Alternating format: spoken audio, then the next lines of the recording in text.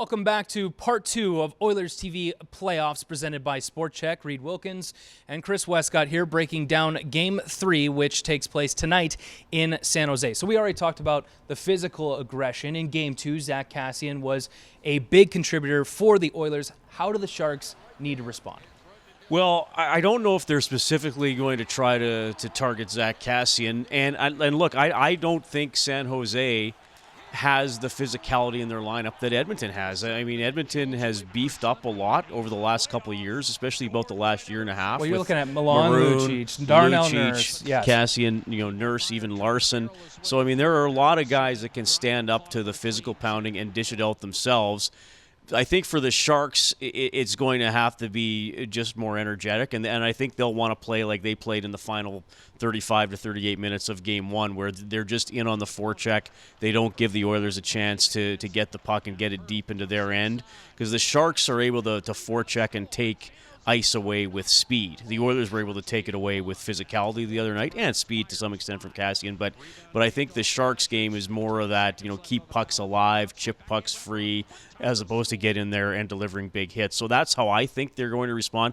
I don't think they're going to take the Oilers on directly in an Oilers area of strength, because I do think if it comes down to pure physicality, the Oilers have the advantage. One way to negate that physicality is by scoring on the power play, and they could get a little boost to the lineup if Joe Thornton's ready to go. Still listed as a game-time decision, but he will take warm-ups, and here's what he had to say at the SAP Center this morning.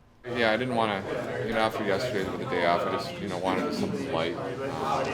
Just kind of feel a little bit fresher today, so hopefully, response good, and I'll be able to play. If we're up 2-0 or down 2-0, I think I still got to know, my own body and go from there. Well, I wanted to play in Game 1, I wanted to play in Game 81. I think, as a player, you want to play every game, so I'm going to keep telling, everybody around me that I want to play. If Jumbo Joe is ready to go, Reid, which he says he wants to go, what does that mean for the power play as we talked about negating that physicality? Yeah, well, exactly. I mean, that's one way the Sharks can make the Oilers pay for taking penalties is if they are able to be more effective on the power play. The Oilers pressured on their penalty kill, especially in Game 2. They cashed in their shorthanded opportunities. Thornton, if he comes back, adds that, composed presence. He's an excellent passer, as he has been throughout his whole career.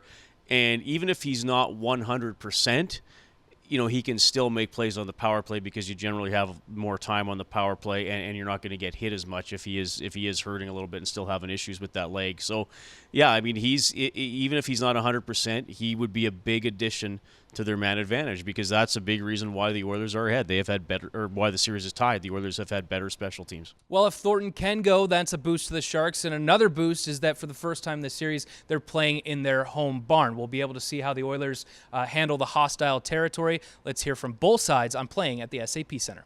Well, we're excited here. I think we realized what it was to us last year. We're looking forward to getting out there in front of our crowd and kind of just feeding off that energy, because it does give you a little bit of boost. They're a team that comes out really hard every time, especially here in the Shark Tank. I mean, it's a good team. We got to keep our head up and, be ready when the puck drops. It's going to be loud in here too, so we cannot expect anything else. Not only heading into hostile territory, it's one of the most hostile ones in the league. The Shark Tank is known for having one of the best crowds in the NHL, rightfully so.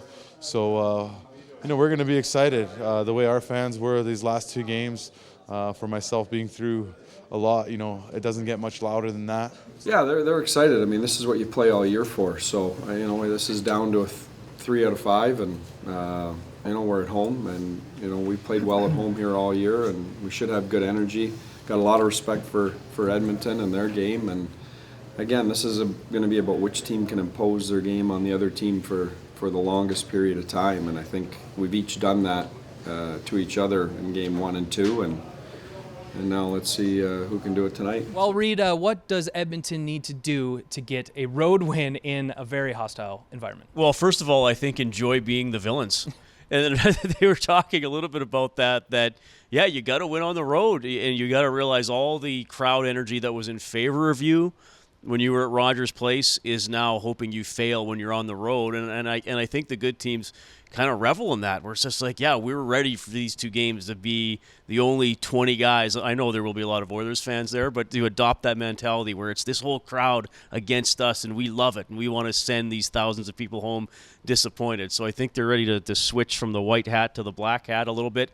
And I also think just prepare for a long, difficult game. I think in game 1 they got that great start and maybe weren't sure what to do with that success.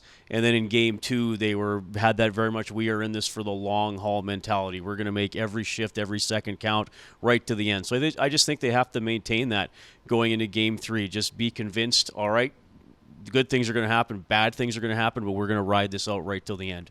All right, the series is tied 1-1. This is a big swing game in San Jose tonight. That'll do it for part 2 of Oilers TV Playoffs presented by Sport Check. For Reid Wilkins, I'm Chris Wescott. Stay tuned after the game for live coverage on Oilers TV.